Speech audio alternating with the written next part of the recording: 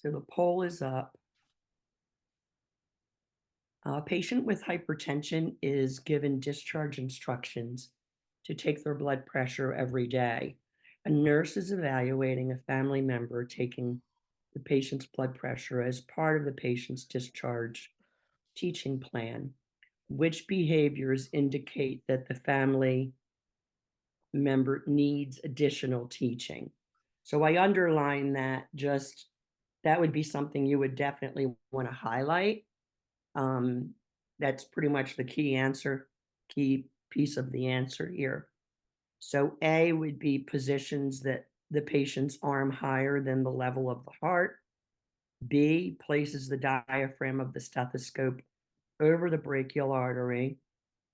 C applies the center of the bladder of the cuff directly over the artery. D releases the valve on the manometer so that the gauge drops 10 millimeters of mercury per heartbeat. E inserts the earpiece of the stethoscope into the ears so that they tilt slightly backwards. So this is select all that apply.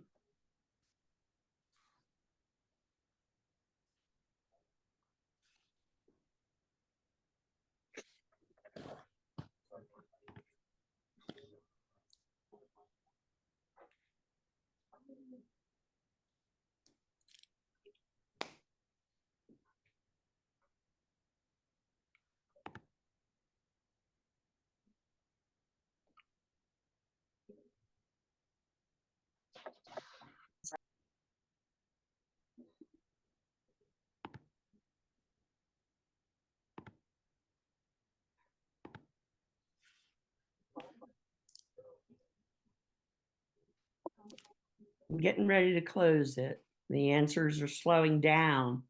Only 6 out of 16 have responded, though.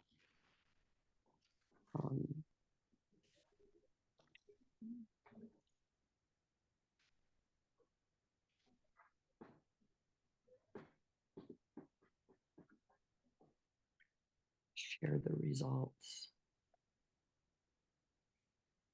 And the answers are A, D, and E. A blood pressure should be taken with the arm supported at the level of the heart. And if the arm is above the level of the heart, the blood pressure reading will be inaccurately decreased. Yeah, I would say it was correct with the idea. The manometer should be opened to allow the gauge to drop 2 to 3 millimeters of mercury per heartbeat.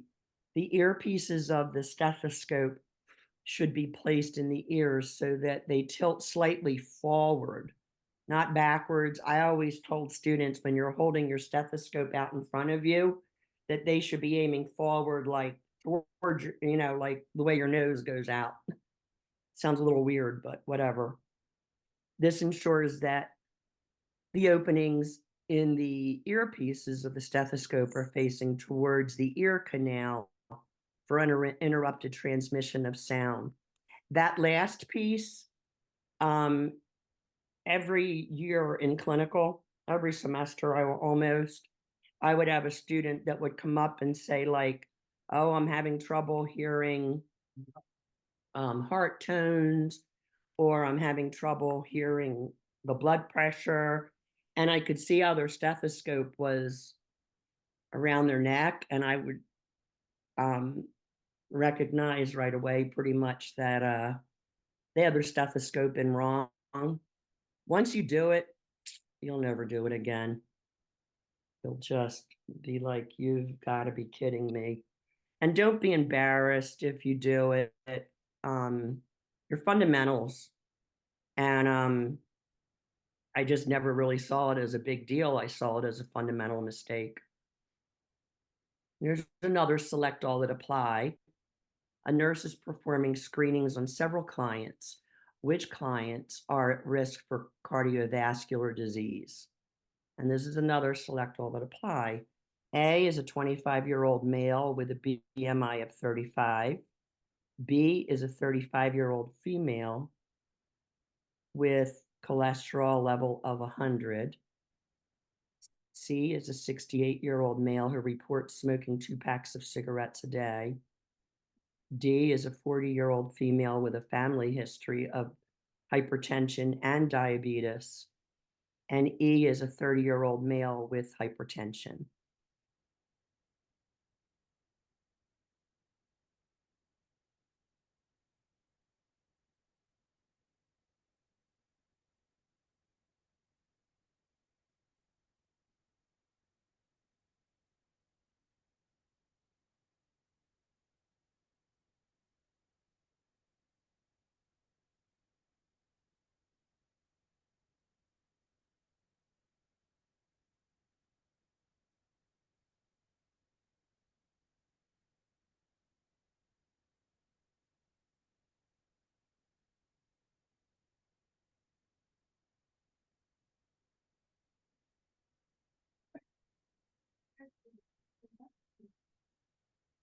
Even if I know some didn't feel like,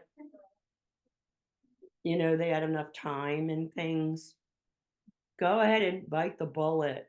And, if you see that one answer is correct, put that answer. Like, get yourself with that one answer and then work on the others, and you find another one and another one. And all right, if you haven't made a decision about an answer and I end the poll, then at least you have so many of your answers that you kind of bit the bullet and made a decision about. Okay? I'm going to end the poll. And remember, no one can see, including me, who you are that's getting these right or wrong.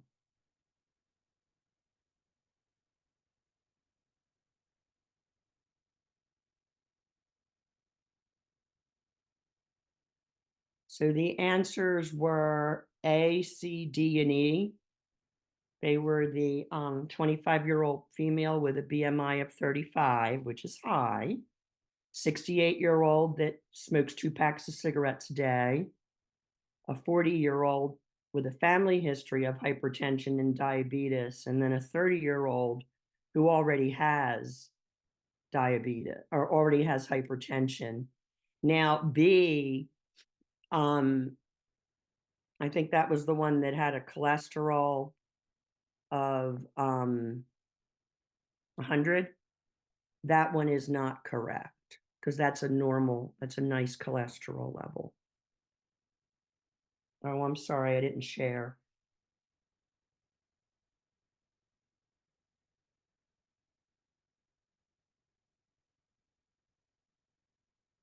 Yeah, it was a 35-year-old female with a total cholesterol of 100. So, it's very good.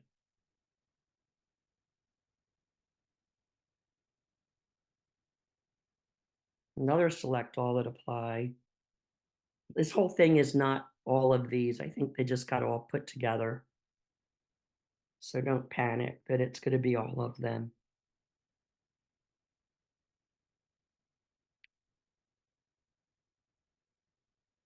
A nurse is meeting with a patient who was assessed with a BMI of 40 and a history of diabetes and a smoker of 1 pack of cigarettes a day. Which modifiable risk factors should the nurse discuss with the patient?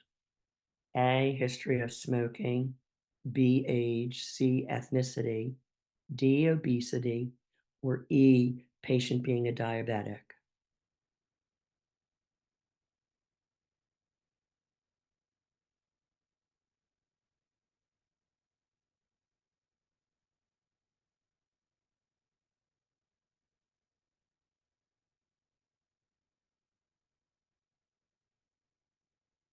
Gonna end the poll.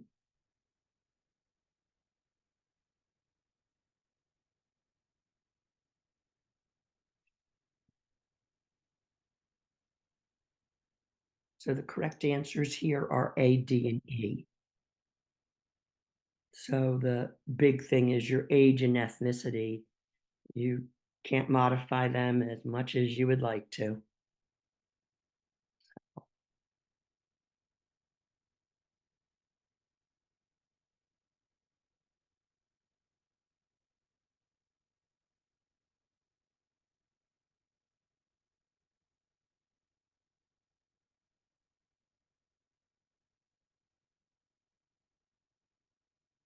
A 65-year-old patient is assessed,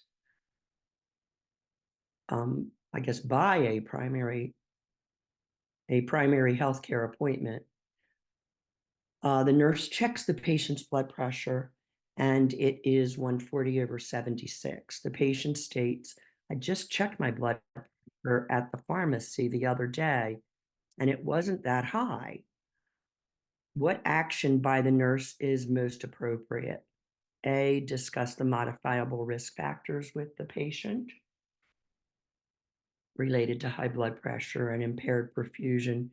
Tell her not to worry about the blood pressure is normal. Recheck the blood pressure after a few minutes, which is C. Or D, alert the physician and prepare to transfer Mrs. Jones to the emergency department.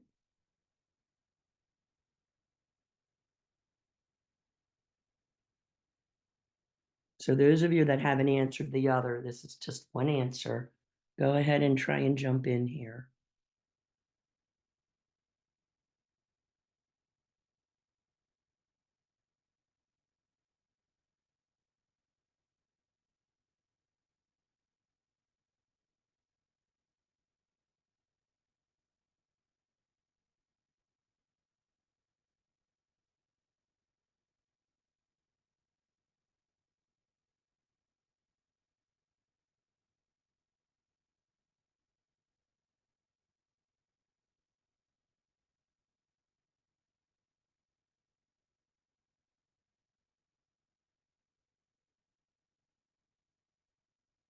I'm going to end the poll.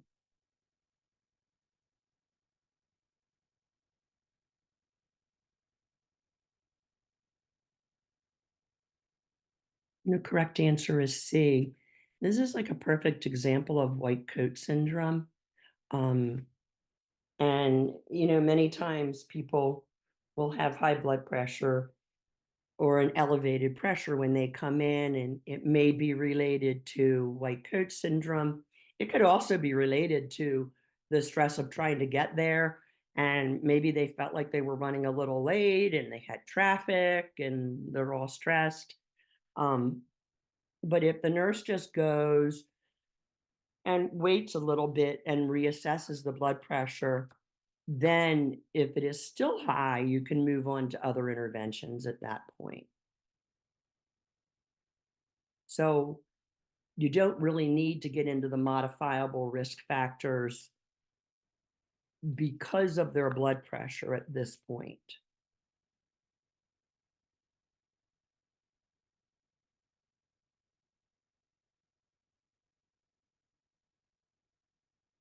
Nurses assessing a patient's bilateral pulses for symmetry. Which pulse site should not be assessed on both sides of the body at the same time? A, radial, B, carotid, C, femoral, D, brachial, and E, dorsalis pedis.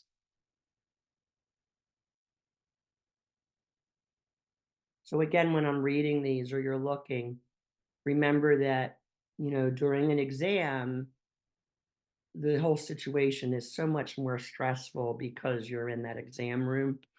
So think about what it would be that you would highlight.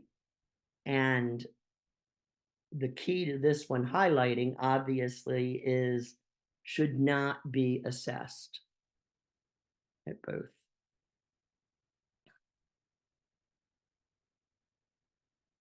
I'm going to close it. If anyone wants to throw their answer in real quick. Good.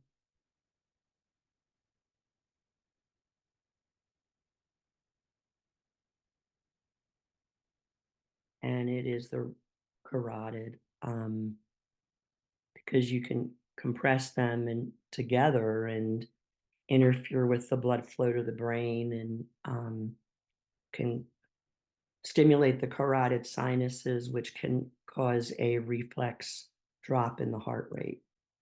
So let's say that, the three people that didn't answer, if you had gotten it wrong, it really wouldn't matter. Now, the other thing that can be going on is for people not answering is they can be in the car or at work, oh, nuts, and then not able to answer.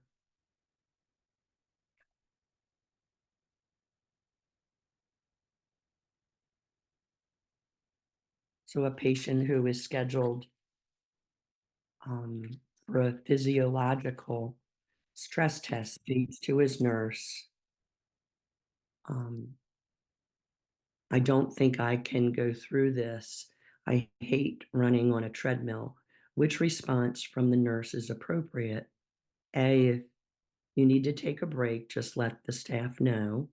B, you do not need to run. You can walk on the treadmill.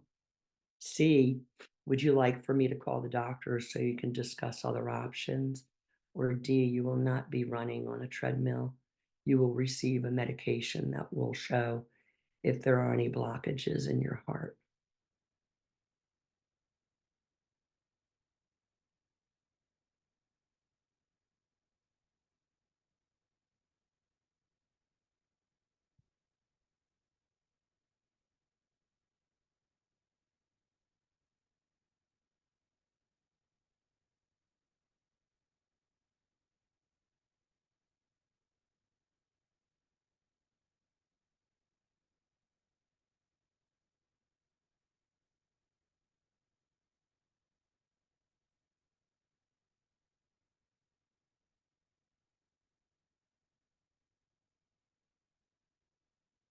I'm going to close the poll.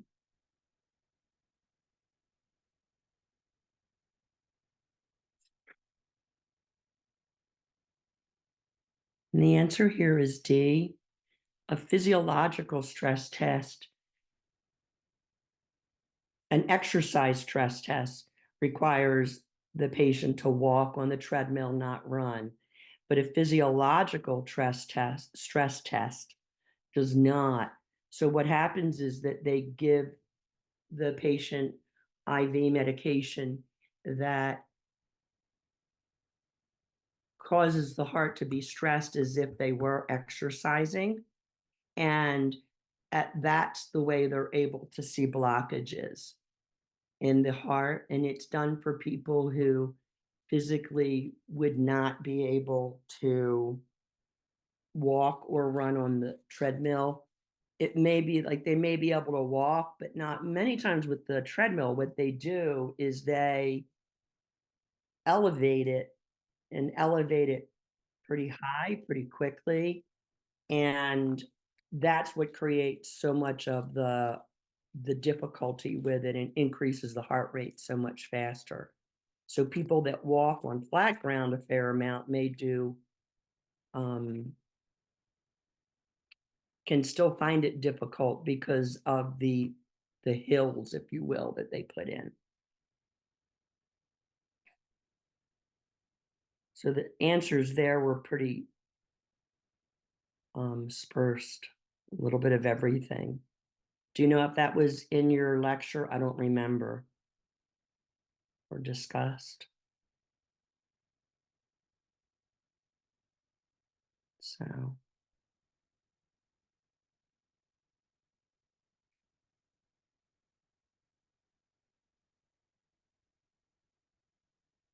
the nurse is reading the results of a patient's echocardiogram earlier in the shift.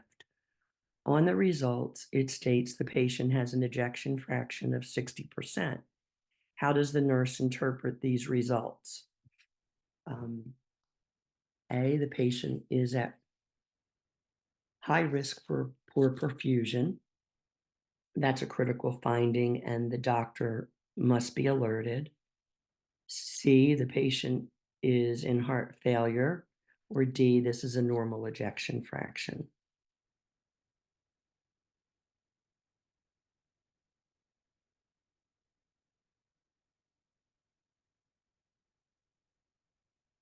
Now, when I was teaching, I think I did see the normal in there. I liked students to know what the normal ejection fraction would be, because if you see this as being normal or really low, it does affect your care, and that the patient may fatigue much easier if their ejection fraction is really poor. So at the beginner level, I like students to know just because of that.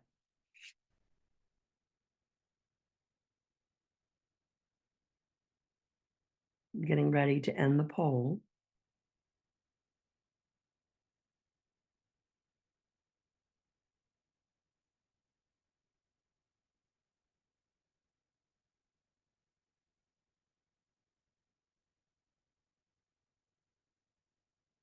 And the answer is D. Your normal ejection fraction is between 50 and 70%. So if someone is less than like 40% or 35%, that person could end up having difficulty with like getting short of breath walking, and they may have trouble like doing some personal care and need more assistance. It just depends on the person.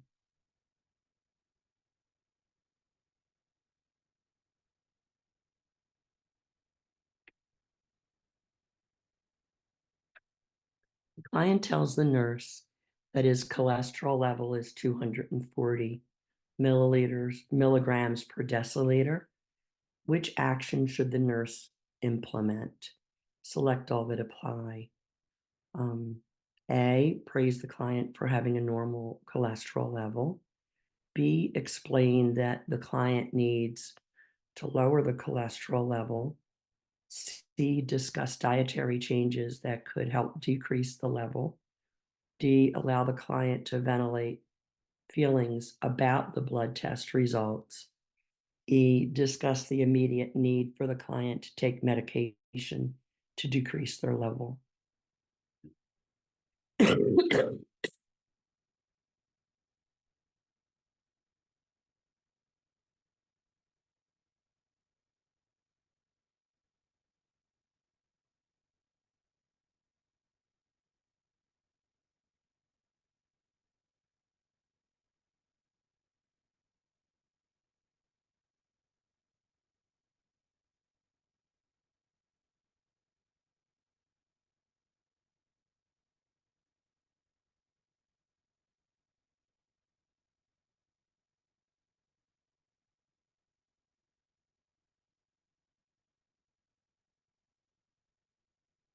I'm getting ready to end the poll.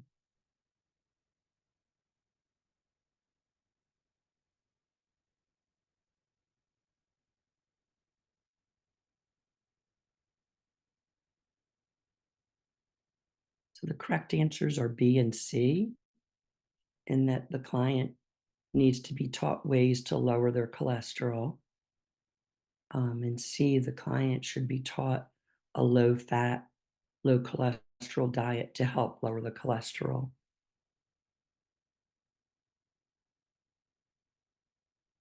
It's not really, the nurse needs to discuss, like for D, the fats concerning cholesterol level and teach the client about the diet, like it says in C, but you don't really need to have a big therapeutic conversation about their cholesterol unless they're, really getting frustrated.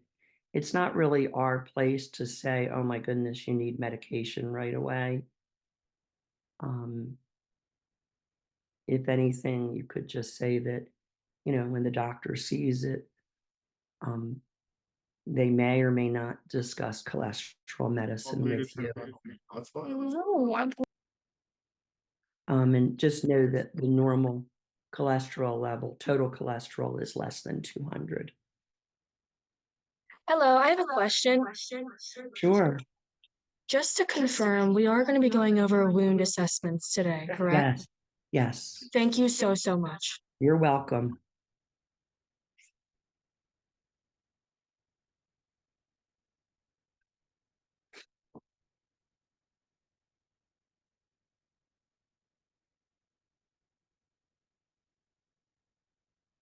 When teaching a client about an Olivia always echocardiogram, stresses so hard. I can't remember what it was. The one that they had 6 or 18 versus 16. need everyone to be on sorry. silent. Oh, I'm sorry. That's okay. When teaching the client about an echocardiogram schedule that has been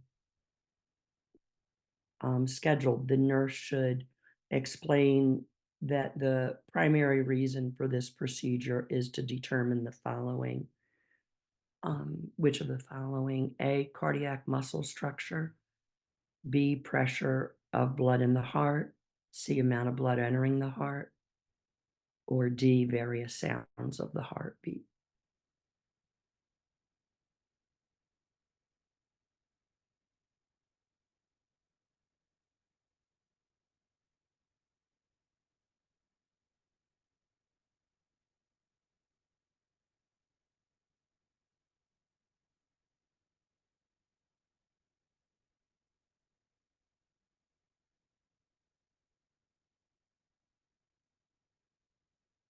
I'm going to end the poll.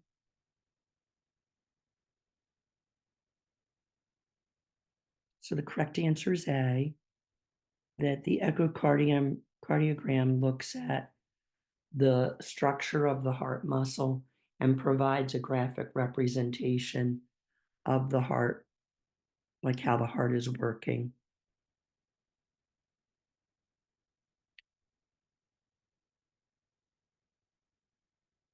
Now, a cardiac cath, I don't know why these all say A, but ignore that. A cardiac cath, not an echocardiogram, will measure the amount of blood entering, and you need to auscultate the heart to hear the heart sounds.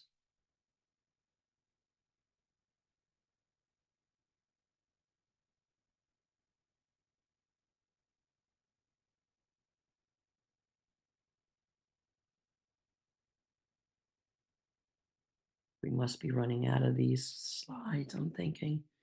The nurse is assessing the pulse pressure when patients on the cardiac care unit. The nurse notes that all of the patients have abnormal pulse pressures except one. Which blood pressure reading has a normal pulse pressure?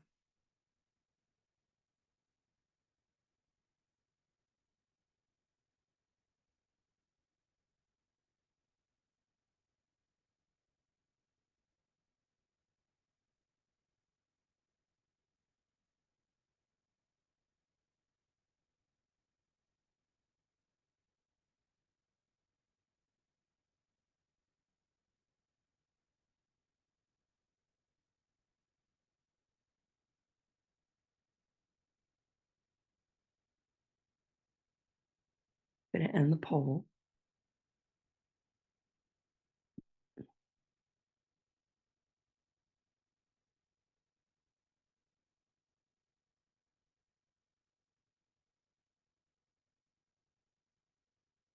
And the answer is B, 110/70.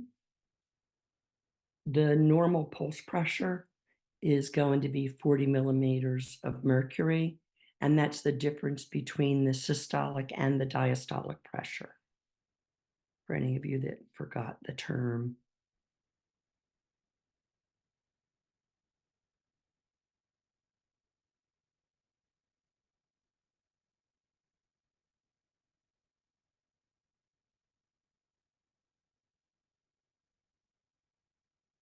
Nurse is getting a patient out of bed for the first time that day. When the patient stands, the patient complains of dizziness and being lightheaded. The nurse notices that the patient's heart rate is currently 125 when it had previously been 70 to 80. What does the nurse conclude based on their patient assessment?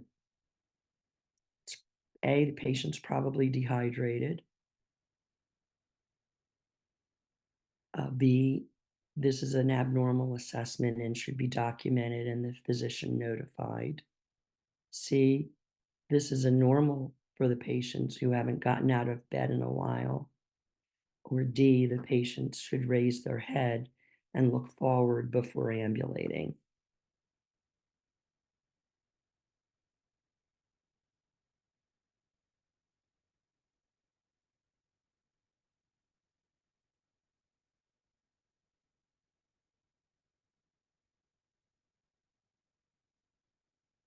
Going to end the poll.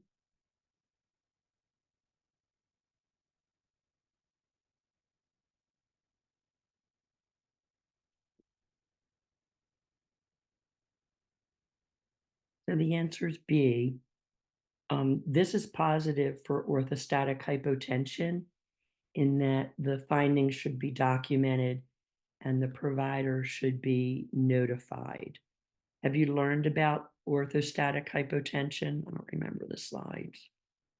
Where you have the patient lay in supine position and then check their blood pressure and then and their heart rate.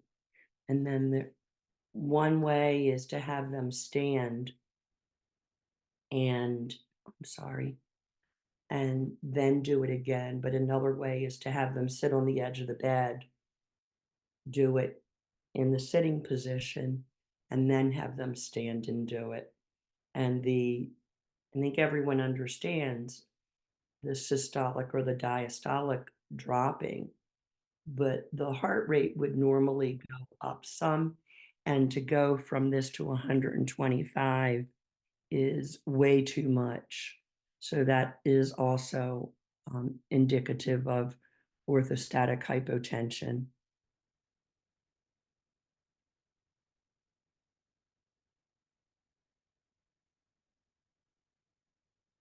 There have been not really many questions.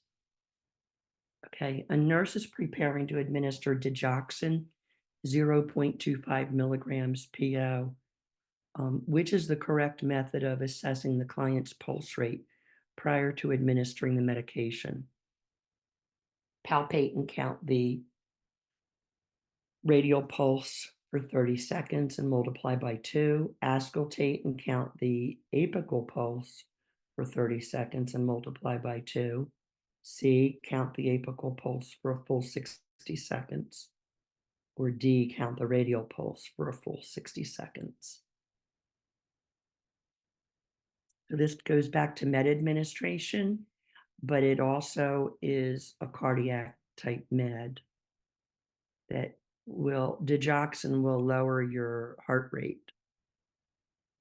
So we usually need to make sure that it's greater than 60 before we give the medication.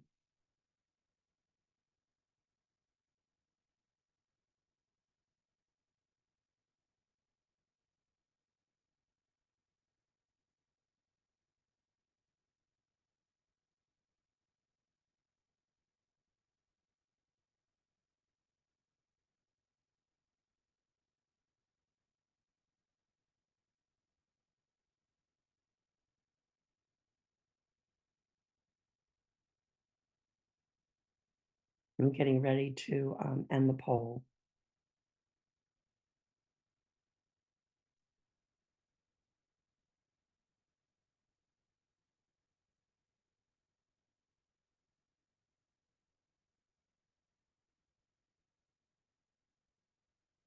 So the answer is C.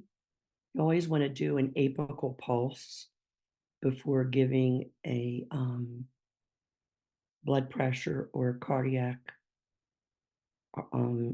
drug that affects the heart rate or blood pressure. And when that's done, giving a medication too, you're always supposed to do it for the full 60 seconds. And the place to do that is the midclavicular line at the fifth intercostal space. So the reason for the apical is that it is more accurate than the radial.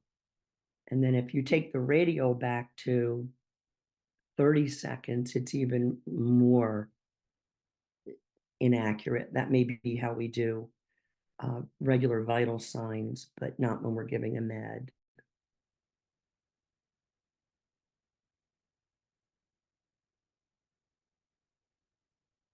Okay, so now we have intracranial regulation. And after this, we'll have the wound care.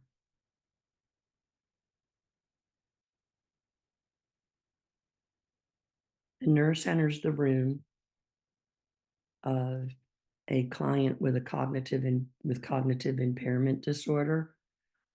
What questions will the nurse ask to assess orientation? Select all that apply. What are you here for is A. B is what month is it? C is what year is it? D is what is your name? And E is, do you know where you are?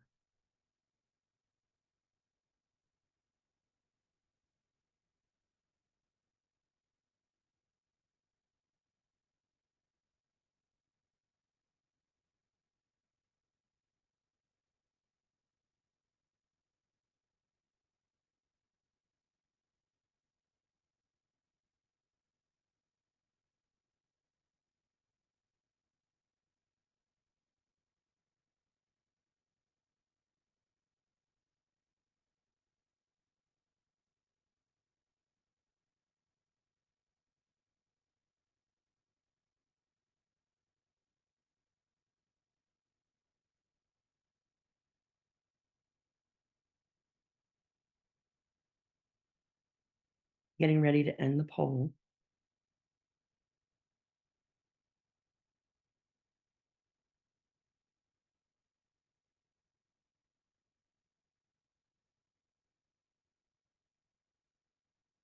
And all of these are correct. Now, there has been rumor that when you have a select all that apply, all will never be correct. I don't know if that rumor's gone out this year, but that's not true. It is possible that all answers would be correct. Um, you would never have just one answer correct when it says select all that apply.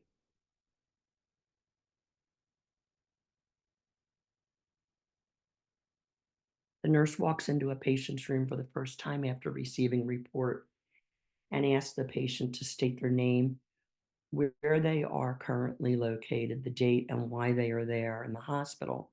The nurse was told that the patient was alert and oriented times 5. What would indicate that the nurse that the patient is currently alert and oriented times 2? A, the patient states their name, date, location, and current situation. B, the patient states their name and location, but not the date or situation. C, the patient states their name, location, and date. Or D, the patient cannot answer any of the questions. So this one's easy, but in a test with nerves, you start reading it and it kind of jumbles together. So you need to think about it a little bit more than, when you are here. And remember, you can always um, say, well, A is not correct. So that one's off the table. And you kind of do process of elimination too. So even when you find the correct answer,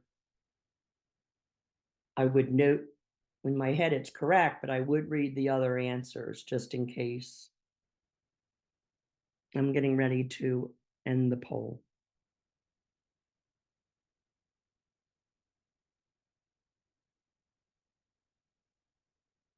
The correct answer is B,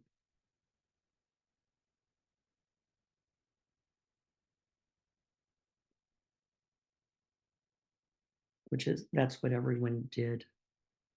I think I already shared it.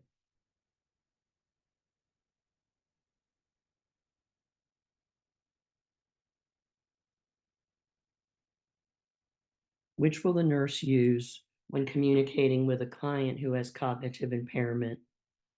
A, complete explanations in multiple details. B, pictures and gestures instead of words. C, stimulating words and phrases to capture the client's attention.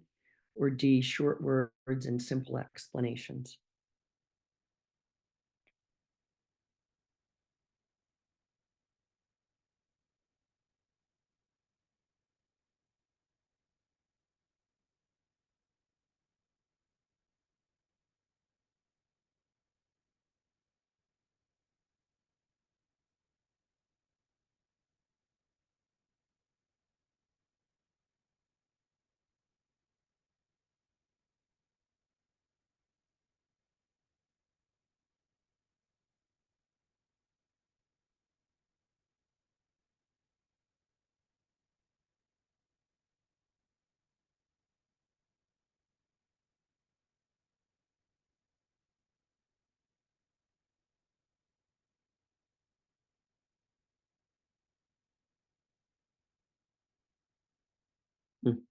Guess I shouldn't have done that.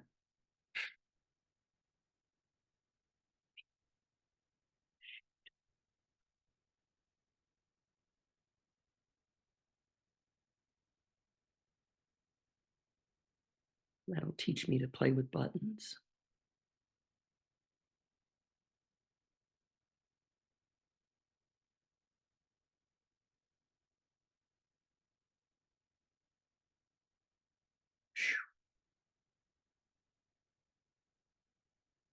Yeah, I lost my thing. Oh, that'll teach me.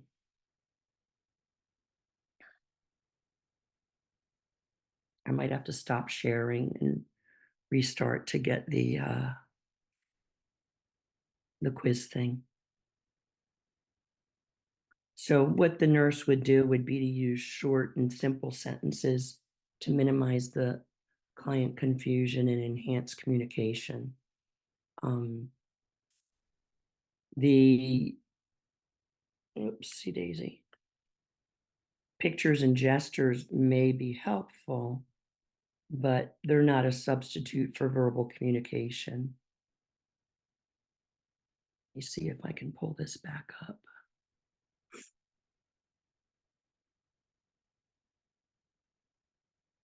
No, it's not going to let me. So I'm going to have to stop sharing and come back in. Teach me to play around.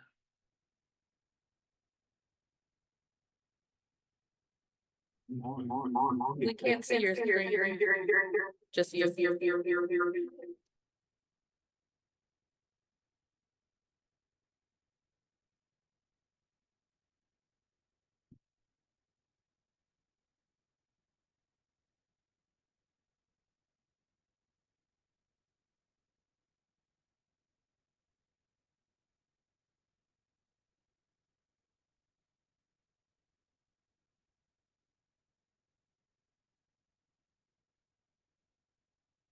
No, I don't want to end the meeting. All right, let me get back on. Oh, it's back. So let me end this and click this off. I'm sorry, everyone. Teach me to play with buttons. Goodness.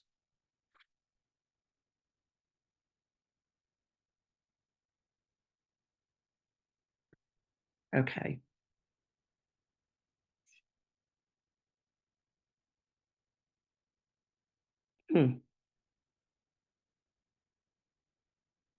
You see this?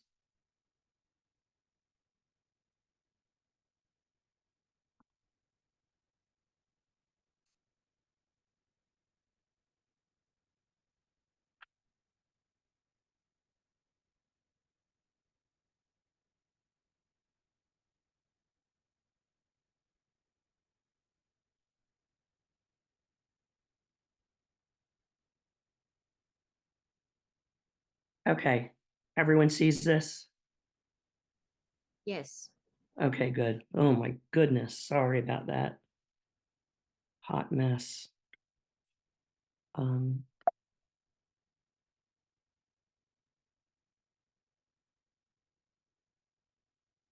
all right. The nurse is assessing a patient's cranial nerves. The nurse asks the patient to hold their head still and follow the nurse's finger. Afterwards, the nurse tells the patient, I'm going to shine a light in your eye. What nerve will the nurse be assessing? A, cranial nerve 1, B, cranial nerve 4, C, cranial nerve 3, D, cranial nerve 5.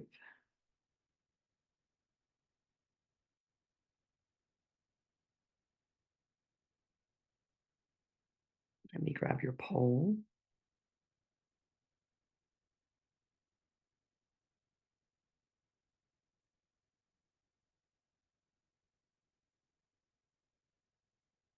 Okay, back in business.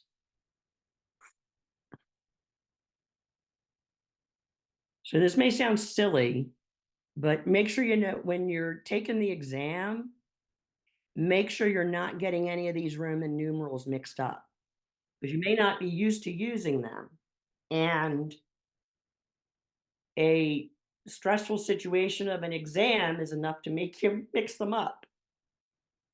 So just, double check yourself that you're what you think it is, and you didn't just mess with your head. And if you don't find the exam stressful, more power to you. I did when I was in nursing school. I may have been the queen of test anxiety. I don't know. A lot of years ago.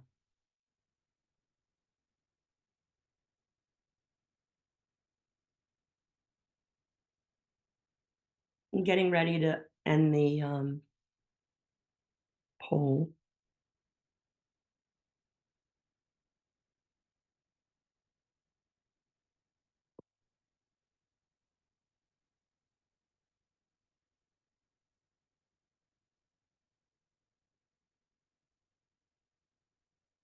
So the answer is C. Shining a light in the client's eyes will cause the pupils to dilate, and this is controlled by cranial nerve 3.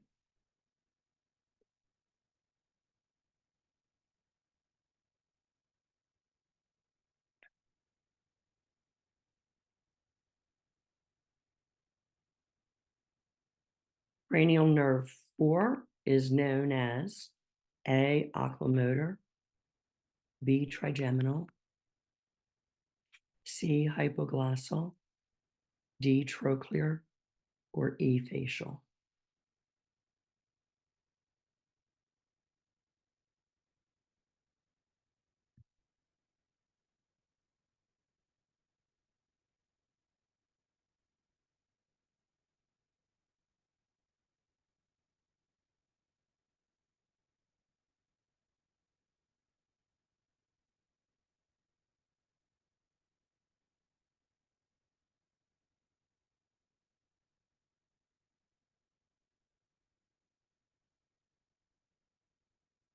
Now, when people sit down to take an exam, many times they do a brain dump. So on that piece of paper that you're given, um, many students would just sit and write out the cranial nerves before they come, like right away, before they would get a question about them. So you don't see the question and get nervous and draw a blank. And I know you have a little picture to do for that also, which is very helpful. I'm going to end the poll.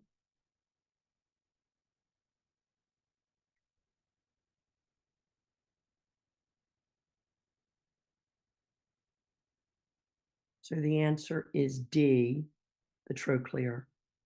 And then here I have the oculomotor is 3, trigeminal is 5, hypoglossal is 12, and facial is 7.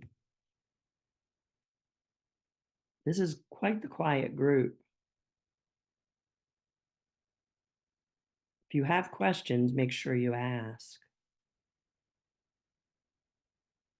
People weren't as quiet before, so I don't think you're just nervous or anything. So the cranial nerve 10 is known as A, the vagus, B, acoustic, C, abducens, D, optic, E, spinal accessory.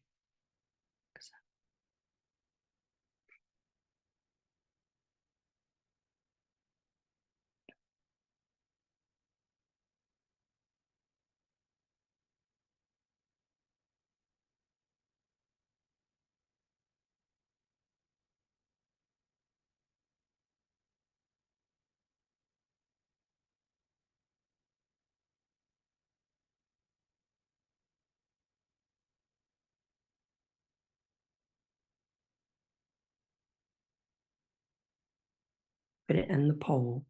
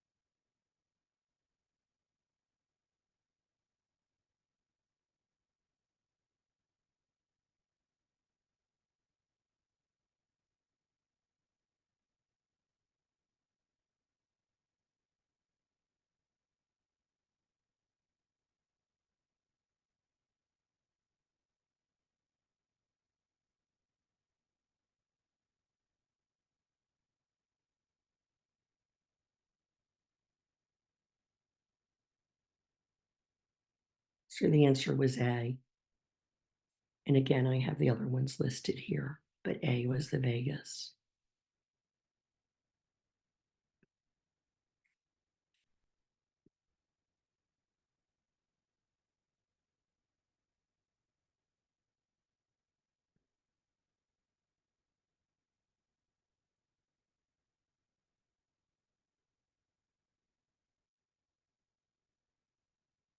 So the client is diagnosed with expressive aphasia. Which psychosocial client problem would the nurse include in the plan of care?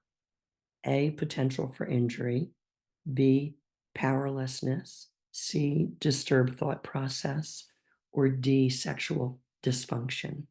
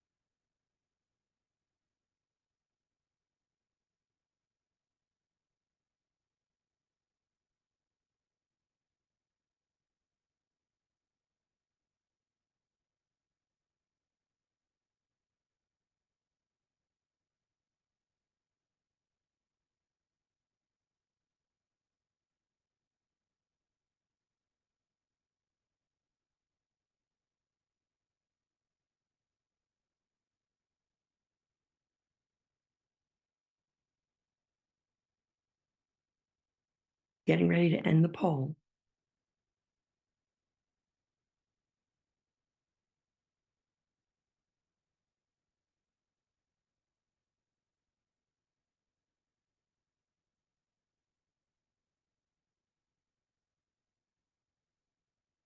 So the answer is B. Expressive aphasia means the client cannot communicate thoughts, but understands what is being communicated. And this leads to frustration, anger, depression, and an inability to verbalize their needs, which in turn causes the client to have a lack of control and feel powerlessness. So some people were putting, oh, the numbers are all A again. A disturbance in the thought process is a cognitive problem. With expressive aphasia, the client's thought process is really intact. They're just not able to express. And then the potential for injury is a physiological problem, not a psychosocial problem. So it's just more reason to be very careful of those two words, physiological and psychosocial. They're words that people can actually just read it quickly and read it wrong. Now, tissue integrity.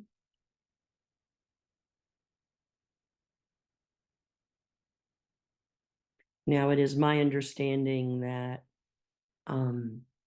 there are no pictures for you to identify. It's more descriptions of the wounds as opposed to a picture of the wound.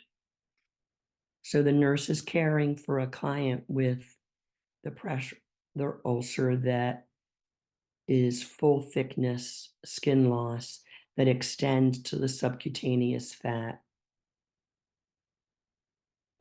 The fascia, the bone, tendon, and muscle are not visible. Which stage should the nurse document? Stage 1, stage 2, stage 3, or stage 4?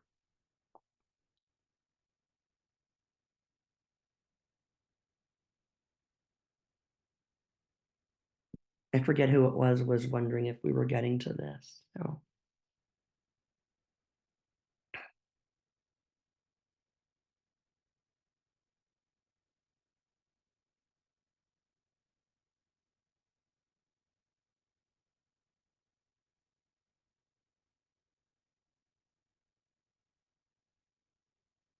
I'm getting ready to end the poll.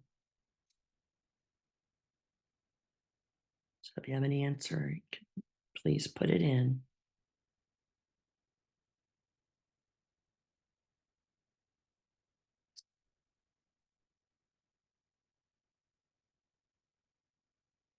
And the answer is C, that it's going to be full thickness skin loss that extends to the subcutaneous fat.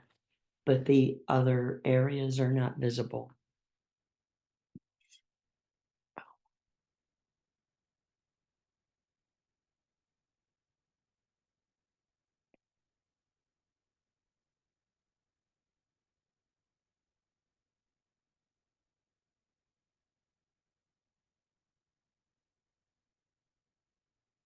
Mm,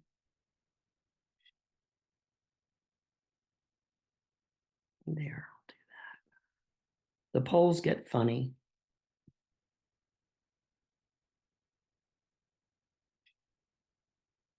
Okay, the nurse is caring for an immobile. Oh, nuts. Let me see what I can do with this.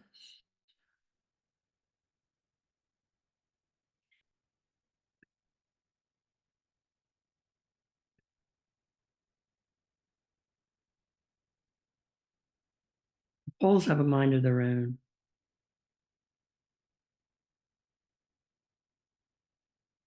And once you have it up, there we go. I think that's all I need to do is make it tiny that way. I assume you're reading the answer while I finally get this corrected.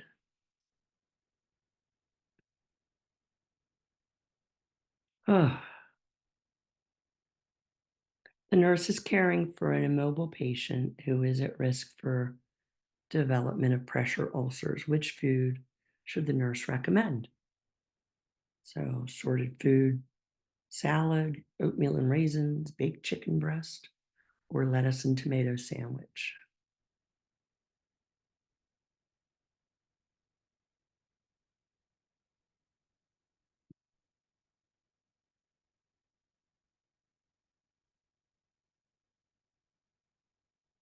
So, which food? You have to think about, like, why is the nurse going to recommend a food here?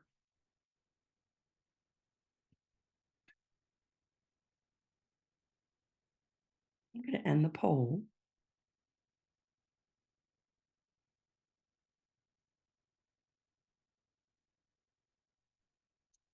And it's C, it's the chicken, because it's high protein, and proteins are needed to keep the body's need for tissue repair and maintain tissue integrity.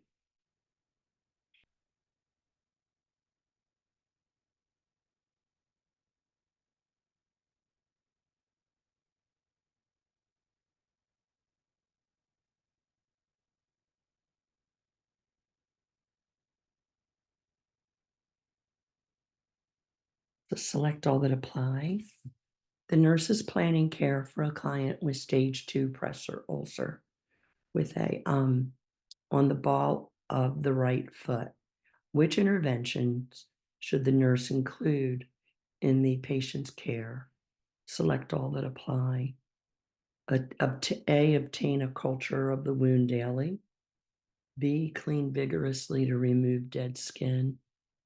C, cover with a protective dressing. D, reposition at least every 2 hours. And E, elevate the heel completely off the bed.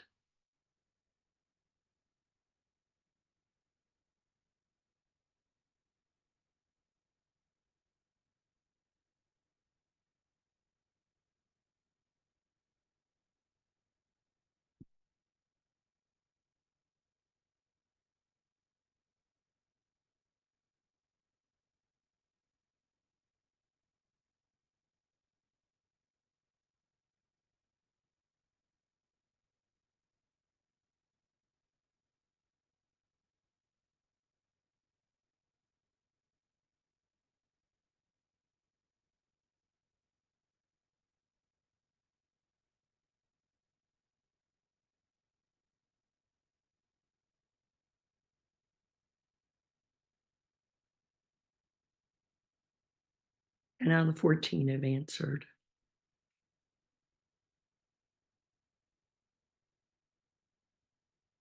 I'm going to close the poll.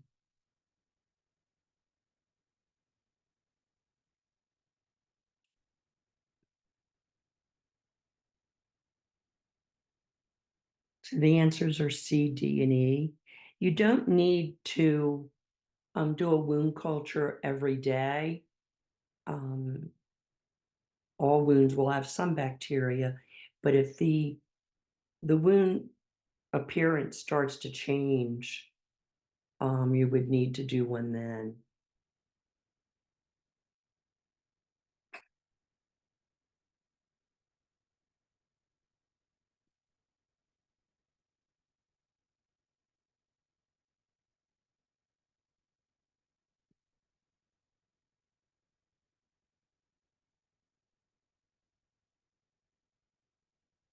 You are assigned to 5 patients on your nursing unit.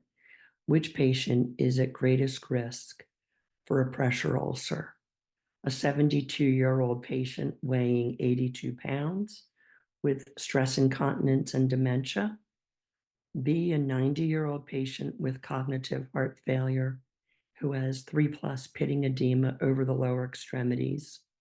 C, an 82-year-old oxygen-dependent patient admitted with the flu. Or D, an ambulatory 88-year-old with dementia who is admitted with shingles.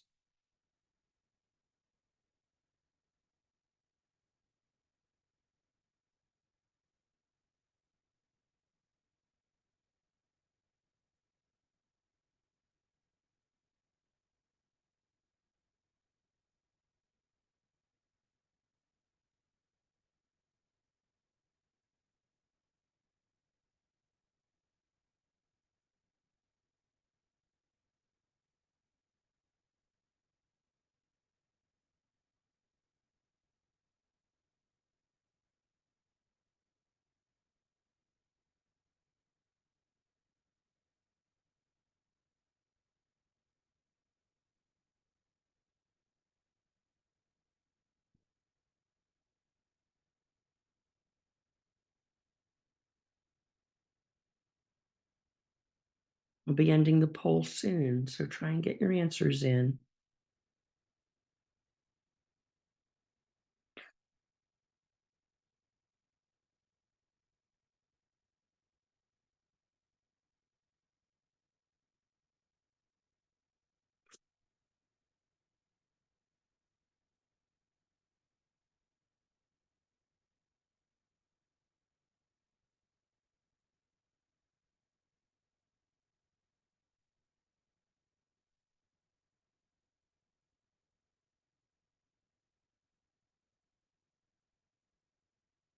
The answer is A.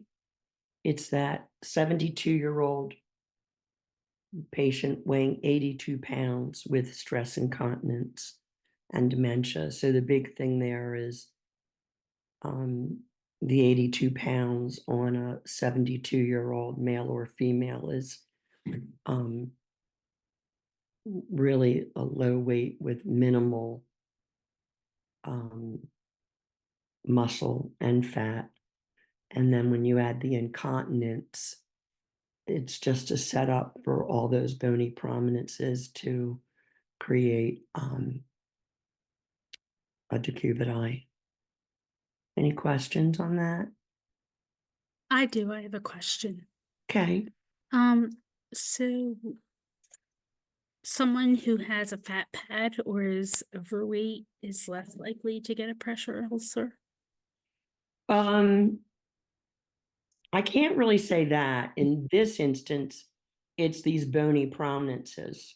Because he's painfully thin. Pardon me? And the incontinence is huge.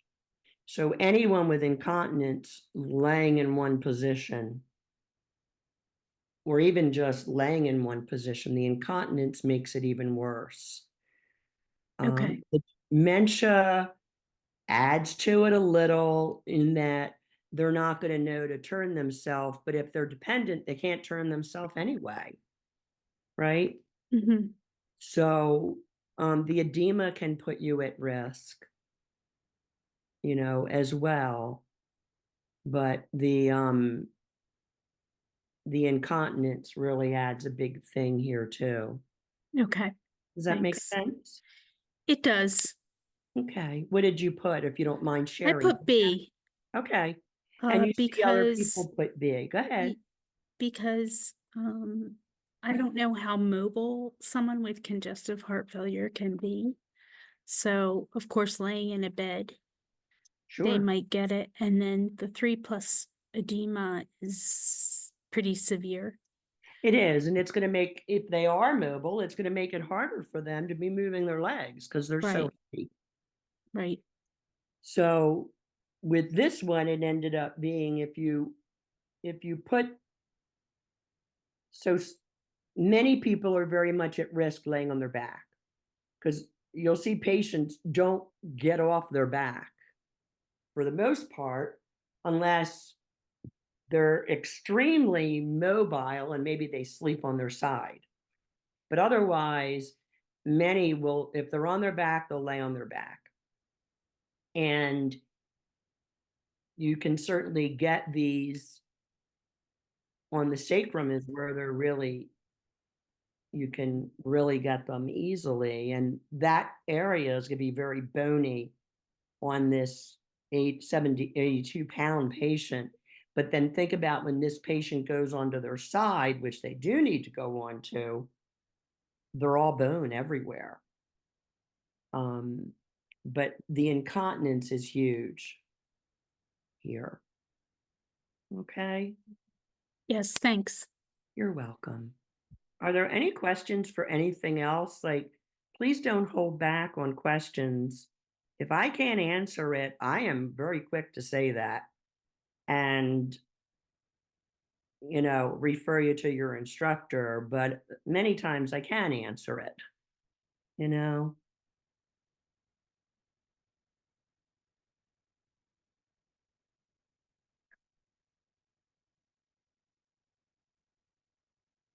There's another select all that apply. I added a lot more of them. I know, excuse me, how intimidating they are. As a home care nurse, you are providing care for a 63-year-old who suffered a massive stroke. The patient has paralysis in the upper and lower extremities and a peg tube with feedings. The patient's daughter provides care for the patient. You notice the patient has a stage 1 pressure ulcer on the sacral area. What would you include when educating the daughter on preventing further breakdown for the current pressure ulcer and how to prevent future ones? Select all that apply. So, passively exercise the upper and lower extremities. B, turn and reposition every 2 hours. C, keep the skin moist and layer the sacral area with extra sheets to absorb drainage. D, use pillows to elevate bony prominences. And C, cleanse the skin following episodes of incontinence.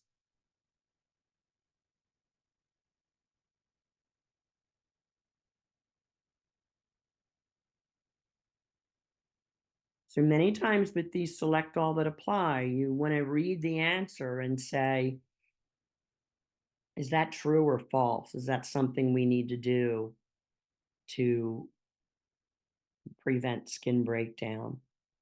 Um, and then after that, you figure out it's true. Then just make sure it's answering the question. Because sometimes, even though you do something, it may not be for that reason, if you will. So the select all that apply team seem to be pretty intimidating by people, and they kind of some can just get this block in their head as soon as they read select all that apply. And you need to realize that many times, especially one that has this much of a stem in it, you need to realize like break it down into pieces. And many times that those answers, if you can do true or false with them and then take them back and does it answer the question, it gives you like a method to try and work on answering it without, to break through that stress of, oh my gosh, there's select all that apply. The other thing I found is that students would tell me how bad they are with select all but apply. And we would review their exam and they would see like, all right, there were 10 select all that apply. And you got 7 correct. So you're not as terrible as you think you are. You just feel the stress when you see them. So that's another thing to look at when you're reviewing your exam. If you're thinking, I don't do well, and select all that apply, look at how many, you really, the percentage that you really did get wrong. I'm going to end the poll after I sit here jabbering.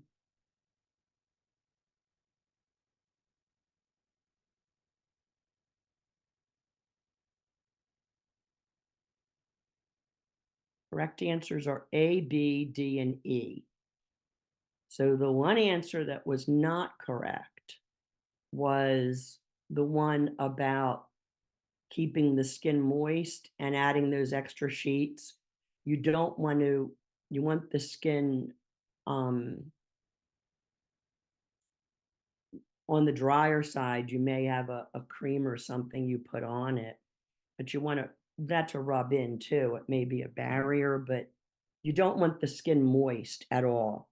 And then you never want to like put a lot of extra sheets under them, because those sheets can wrinkle and cause friction of the skin. The other ones were correct, including the passive and active range of motion, just to keep things moving and keep circulation going to all joints.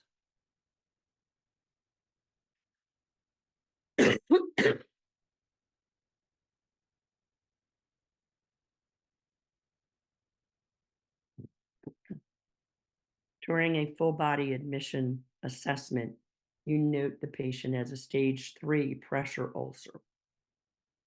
Which of the following best describes that patient's wound? A, the area is red and does not blanch. B, full thickness skin loss to the dermis and the subcutaneous tissue. Partial thickness of the dermis with shallow open ulcer, or full thickness with bone and tendon visible. Sorry about the coughing.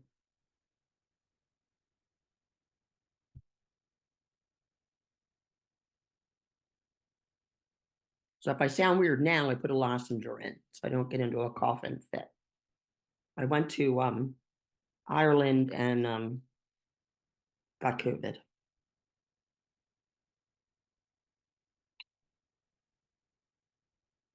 Okay, can I explain passive exercising? I'll do that.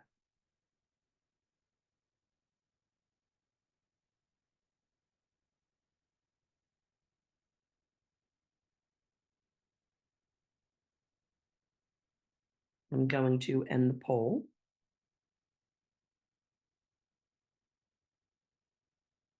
So everyone is picking B. And the answer is B. So very good. So passive, there's active and passive range of motion. So active range of motion is when the patient's participating in it. It may be at your direction, or they may be, you may walk in and find them bending and unbending their, straightening their leg or doing ankle circles or things like that. But passive range of motion is when you have your hands on the patient's leg or ankle and you are assisting with the range of motion. Exactly. Passive range of motion is with assistance. Very good.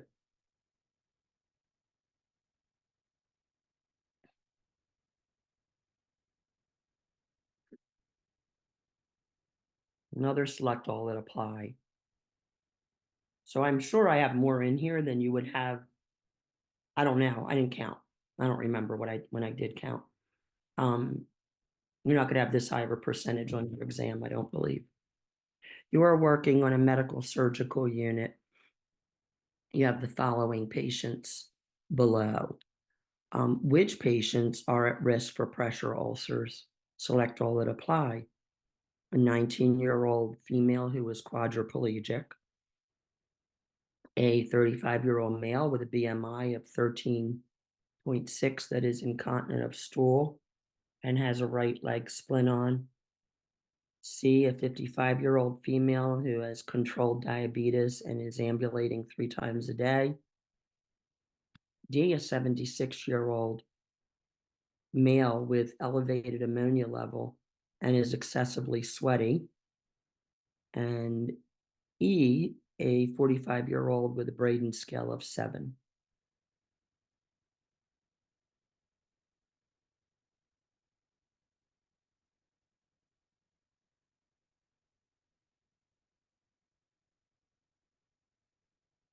So with this, you would say, okay, A, the 19-year-old female who's a quadriplegic. Is that patient at risk for a pressure injury? And if it's yes, you pick it. If it's no, you don't pick it. So you see how these answers are, some are more extensive than others. So it's a matter of true and false. And when you think of that, these select all that applies aren't nearly as intimidating. You can kind of work through them.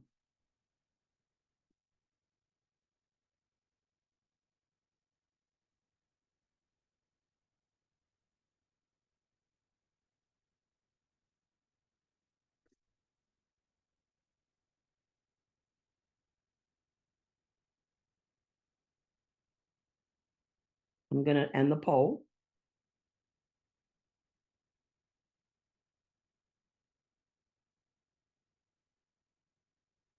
So the answers are A, B, D, and E.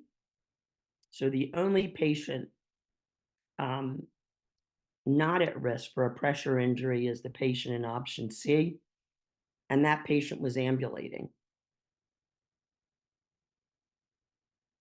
And then there's more explanation here.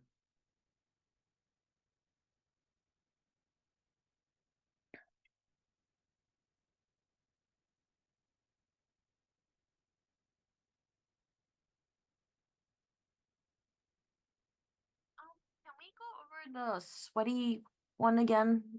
Yeah, Because sure. when I read it, it didn't say anything about it not moving, or am I losing it? Like, Well, let's look. okay, let's go back to the question. Oh, high ammonia scale. Okay, I see why. Oh, okay. The elevated ammonia level. Yeah. Okay. You okay? Yeah, okay. All I'm right. just trying to see Very why. good. Hey, I'm glad you asked. I don't want you to just sit and think, well, I guess I'll see it when the slides come. That's not necessary.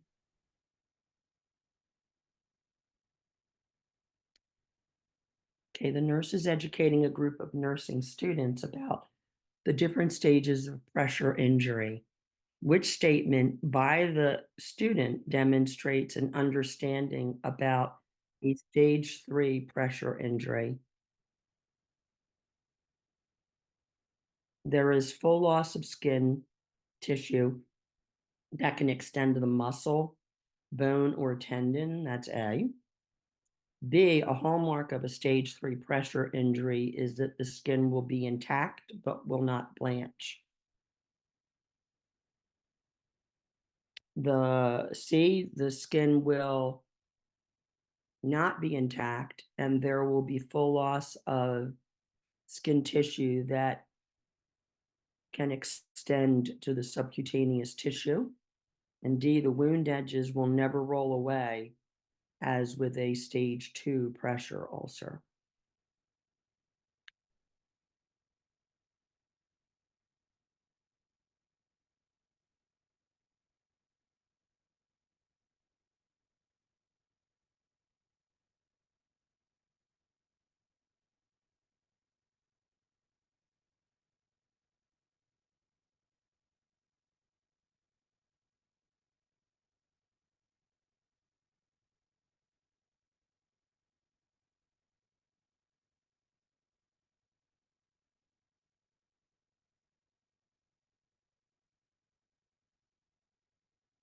And the poll.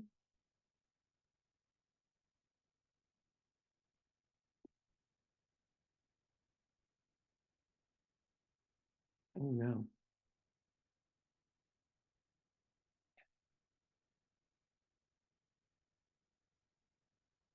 The answer is C. And everyone picks C. Very good.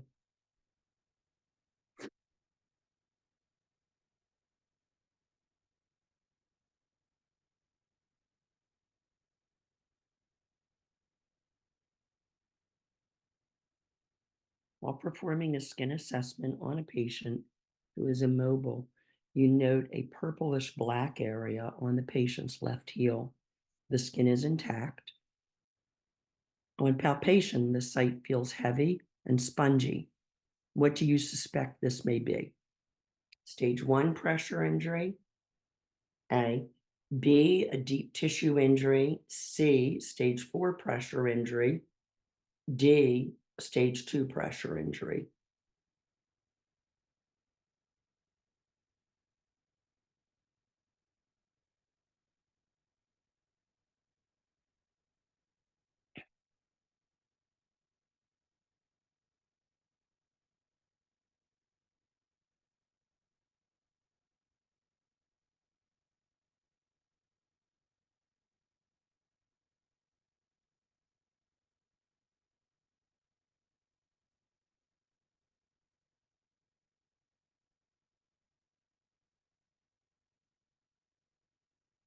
I'm going to end the poll.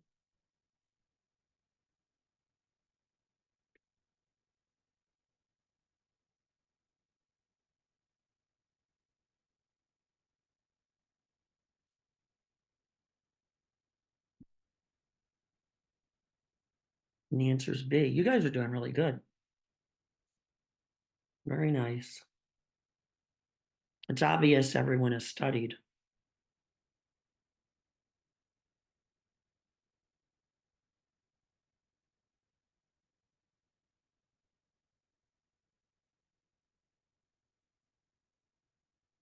Another of the select all that apply. And to look at this, it does look intimidating, but don't let it be.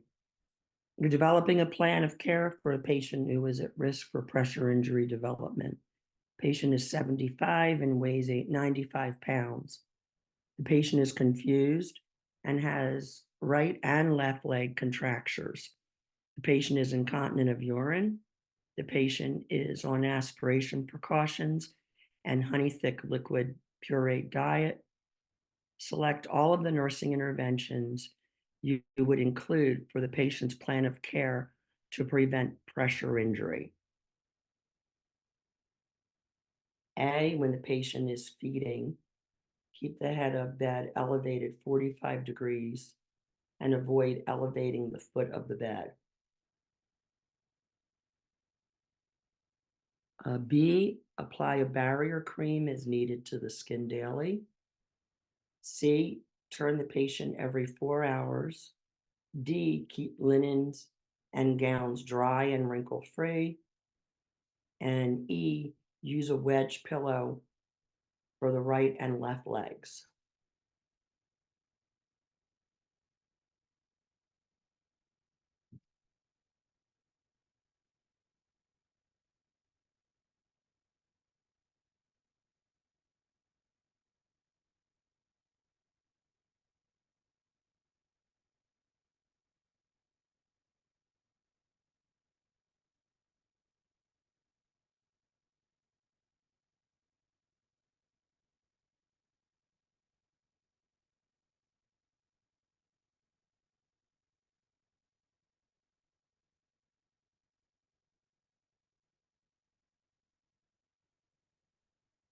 I'm going to end the poll. I want to get more answers in.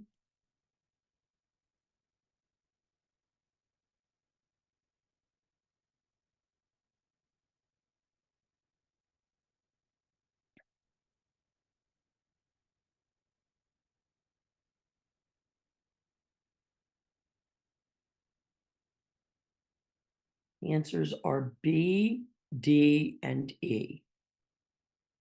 So A is wrong because when the patient is sitting up, you want to prevent them from sliding down in bed and this can actually cause friction and shearing, which can lead to a pressure ulcer. So raising the foot of the bed when the head of bed is elevated will actually help prevent the patient from sliding down. Option C is not correct because you want to turn the patient every 2 hours, not every 4 hours. And option E is beneficial for the legs contractures to prevent pressure injury to the knees and the ankle. So A, B, C. So A and C are wrong or not correct. And E, I just explained why it was correct because some might not have gotten that. Questions?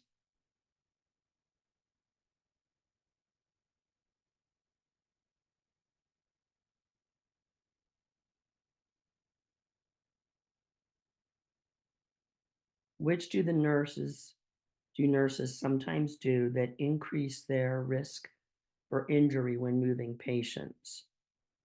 A, use longer rather than shorter muscles when they're moving patients. B, place their feet wide apart when transferring patients. C, pull rather than push when turning patients. D, rotate their backs when moving patients. Wow, this is the perfect question to take it from a single answer, change the stem, and make it select all that apply, asking which would the nurse want to be sure to do to prevent injury to themselves when moving patients. So that's also a way you can take the questions and turn them around and make them select all that apply.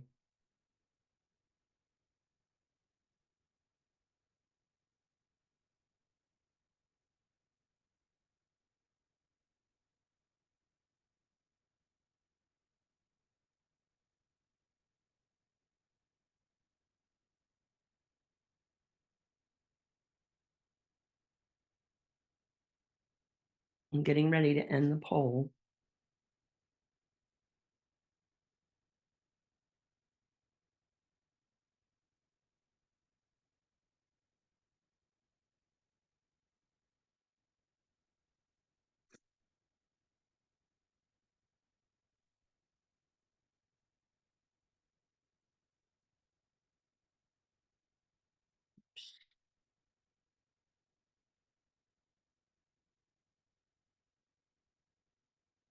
And the answer was D, that twisting of the thoracolumbar spine and flexing of the back place the line of gravity outside the base of the support, which can cause muscle strain and disabling injuries.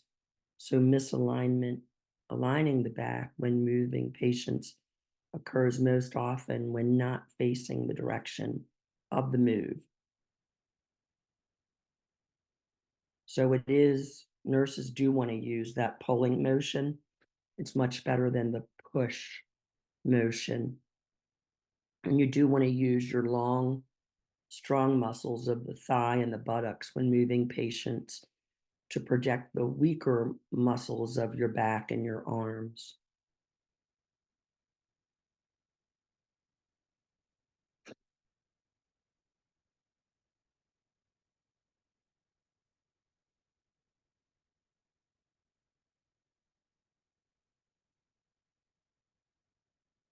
Nurses preparing to ambulate a patient for the first time. What should the nurse do prior to ambulation? Perform a neurologic assessment. B, a mobility assessment. C, ensure the patient's bed alarm is on. Or D, ensure the patient has their call bell.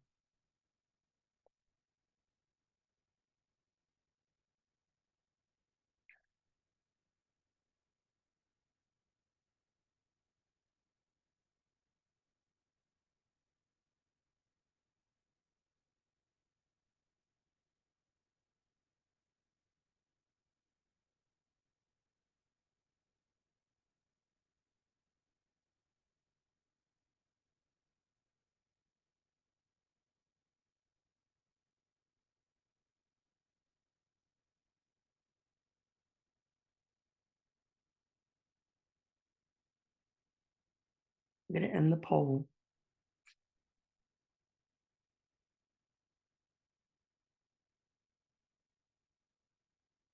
And the answer is B, using that mobility assessment tool to check the level of assistance that a patient may require.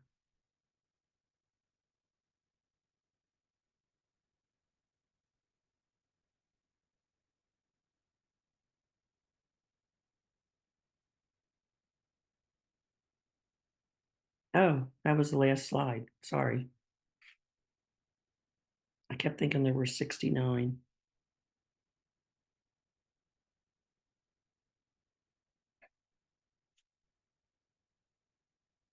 Any questions for me?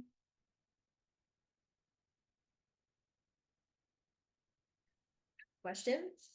Yeah, any questions? Can you hear me? I can hear you. Okay, so I was just wondering, in the, like, if you're looking at the, what are they called? The objectives from the classes that we have, like the neuro one, Right. there's one that talks about list the potential factors affecting intracranial regulation, and then review potential outcomes of alterations in intracranial regulation. Can you point me in the right direction? Like, what are they looking for with those? Because it seemed unclear. Wow. Tell me that again. Let me think. Okay, so list potential factors affecting intracranial regulation, and then review potential outcomes of alterations in intracranial regulation. So would that be like the stroke? I feel like those are the items there. Yeah, that's my thought. It would depend on your slides. I mean, that is my thought. Yes, like a stroke would be change in intracranial, and the factors affecting it. I don't know if I'm on the wrong track or not, would be things that can lead to a stroke for that. Okay. Trying to think. Does anyone else have any ideas as to what that could be? Has anyone else figured that out? I guess I'm not following the question. It's under your intracranial objectives. You want to repeat it again? Sure. Yep. It was list potential factors affecting intracranial regulation. And then the next part is review potential outcomes of alterations in intracranial regulation. So just curious what they're looking for. When I heard about the alterations, I was thinking like maybe different like changes in intracranial pressure, or like strokes, like um you know issues to or yeah, that's, but I was confused about that as well, to be honest, but that was kind of the path I was looking along. Okay. I was Strokes, thinking stroke too. Yeah, there's like the yeah, I'm stroke thinking stroke, that mini as the stroke, answer.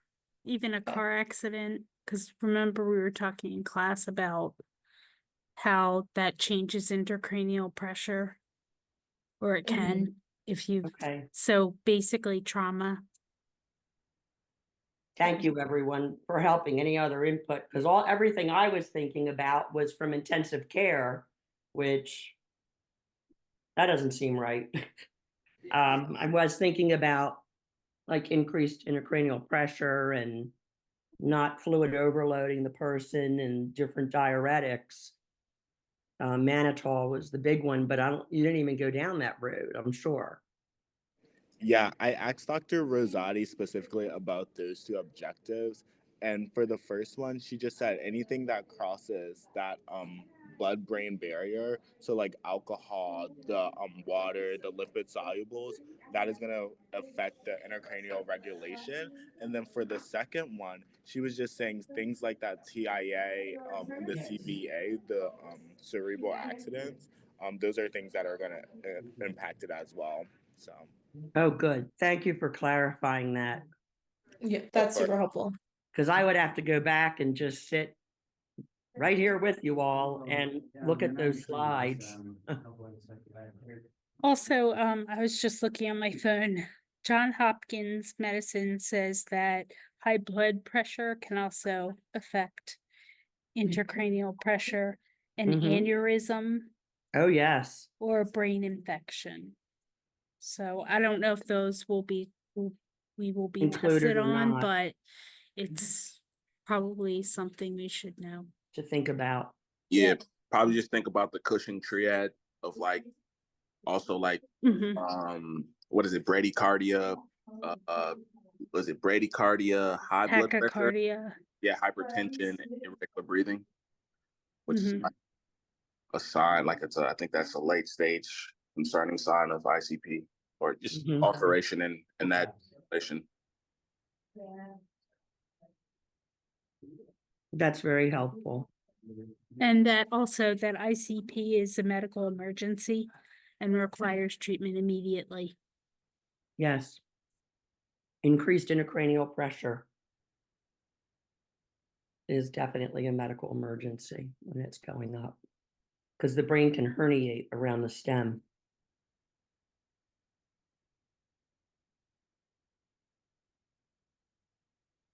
Is there any advice you have for me for helping you more with this? Like, people didn't ask as many questions. Is that because you had the weekend to study, like I was wondering? There was a weekend. Well, this past weekend I you were know, able I'm to, kidding. you didn't, that's the, okay, I get it, sorry. Because Like what before it was weekend? on a Friday, so there was a whole lot of studying to be had. Mhm. Unfortunately, some of you work on the weekend, which does not help your study time, does it? Are you enjoying the class so far? I love it. I think it's super interesting. Good, good. I mean, what we think we know about our bodies and what we think is sometimes exceedingly different than what is reality. Sure, sure. My understanding is your instructors are real good, the ones that I didn't work with. So that's wonderful. They're very knowledgeable.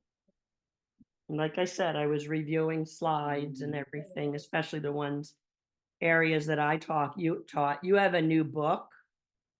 How do you like the textbook? Because they had a different textbook for years and now they switched to this one. So I'm I thinking, don't like it. no, uh-oh. I just think it's super detailed, which is fine, but Mhm. in a disorganized manner. Okay, So there's not a lot of, like, it would be okay if the subject that you're reading about links back and they make sure that it links back to X chapter or whatever, but to me, it's very disjointed. So when I'm reading, I get frustrated and sometimes I end up closing the book. okay. At the And very it's least, exceedingly expensive. it is. How much is this one? 5, Jeez, why do they make them so expensive? I forget. It's wicked expensive. That's all I know. Oh, it's so frustrating. So, do you have a lab book now or now? No. Okay, for years there was a lab book, and then to cut expenses, they got rid of the lab book, and that wasn't a decision I liked, but it did work out. It was okay. I taught med admin, and I was like, our old textbook didn't even have med administration in it. I was like, how do you get rid of the lab book when that's the only place the med administration is? I kind of carried on a little about that one, but they still kept me. They didn't kick me to the curb with that argument. I think the Right. book is thorough. It is thorough. It only Right. weighs about 30 pounds, but Ugh. it's ridiculous. It's like carrying around a headstone. It But is. but it's a little bit disjointed, a Yeah, I little bit understand. unorganized. And I kind of get it because the subjects are vast when you have a great big book Right. like that, but There were issues with the previous textbook. We used it for a while, but there was some frustration with it. So, I can't say that would have been a better one for you. yeah, it I was probably actually is kind one of of one excited that kind. they were switching textbooks. It's probably one of one kind, half a dozen of another. I'm But sure. Yeah. it's just for me, mainly it's the cost of the book, which Yeah. was quite a shock, Oh, and yes. the weight of the book. Right. Now that's where I think, were you at the first one where I talked about scanning it into your phone and Actually, a copy of it is available online if you bought it new. oh, And I nice. did, and you had to buy it new because it's a brand new book for the college. Right. So I just read it online. Are It's you able pretty to much, highlight it I online? don't think so. I Okay. don't think so, but it's kind of collecting dust now that I can read it online. So I don't know. Well, can you print any of it online? I don't believe so. I Okay, think so all printing is blocked from it. all right, so the tables, all right, something Mhm. you would like to be printed. Do you have an iPhone? No, All right, now I'm like stunt. I can do a screen capture though. Right, do that, and then you send it to your email Right. and you print it out, or unless you can just print from your phone. So those tables that Yep. we all, we love to refer to, Mhm. and they're very good for studying. I would definitely print them out and put them right with your notes. And actually, I also, which for me is just easier, I usually just Google the table if it's something that's a standard in nursing Hmm. and then print it out, Okay. like the Braden. Right, right. Yeah. But some of the tables will be like explaining Yeah, things. if they're specific to the book, I'll screen capture Right, them. exactly. Yeah. How's the test anxiety been for everyone? Carolyn, I actually had a question about the wound dressings. Okay. You have any question or like any NCLEX style questions about that you could go over? I'm a little bit confused about what to apply and when. Oh, I don't have any about that. I am sorry. Do you have any Let me- advice or knowledge you'd like to just share with us through your experience? Like, I mean, if Did we're looking at they like, stage give whatever what you're you using. like a chart as to different things and why it's used? I mean, they gave us a lot of PowerPoints about the different, barrier creams and skin preps and the different gauze and such that you can use, but there's no real, like, if you see a 2, like, this is probably what you're leaning toward. So I was just trying to look for, like, more of a templated guideline. Not Like, I mean, necessarily.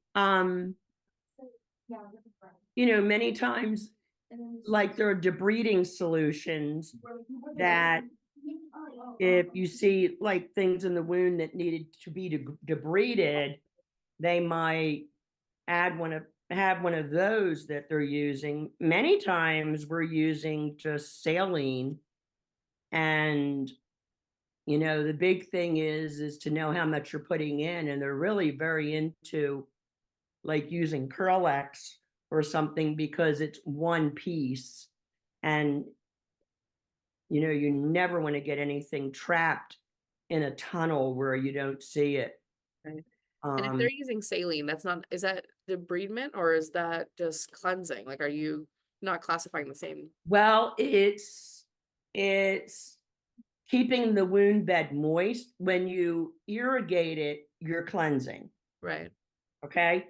But when you pack with a moist to dry saline, that is helping to gently, very gently debride what you don't want on that wound.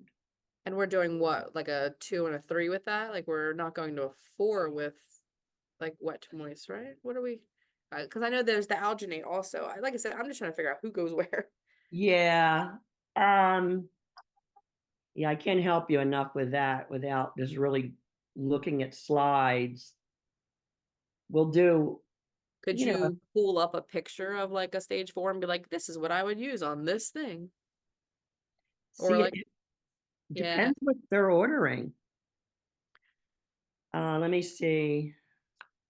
So I know that if there is a lot of exudate, that we're not going to be using any like the hydro materials. So none of the hydrocolloids, none of the hydrogels, because we're not adding any extra moisture. Is there any other like guidelines that way you like stay away from this if this is happening? Not really. I think you're getting too deep for 70. more like you're getting more into, I don't want to say diagnosing, but diagnosing.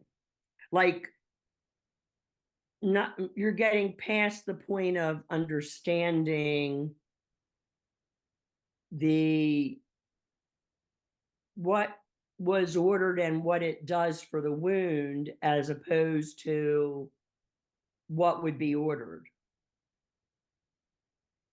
Does that make sense? Sort I'm of, not because helping very much. but I know I'm listening, but I'm also trying to gauge like if we were to see a question on the test and it were asking like, you know, you have this stage 2 wound and it has you know, slough or whatever it's got, you know, what might the potential order call for? Like what kind of dressing, like what would be eh, I don't know how to I'm trying to figure out how to word it. So Right. I know what you're saying. I mean, mm. Just because I know in class we went over the on the slides, like the wet to moist dressings, and then we also redid that in lab. And like Dr. Professor Rideouts made it really clear, like if we, you know, cover it more than once, clearly there's a reason for it. So keep an eye on the exam for something like that. So I'm trying to figure out just like I don't want to say like a cheat code, but yeah.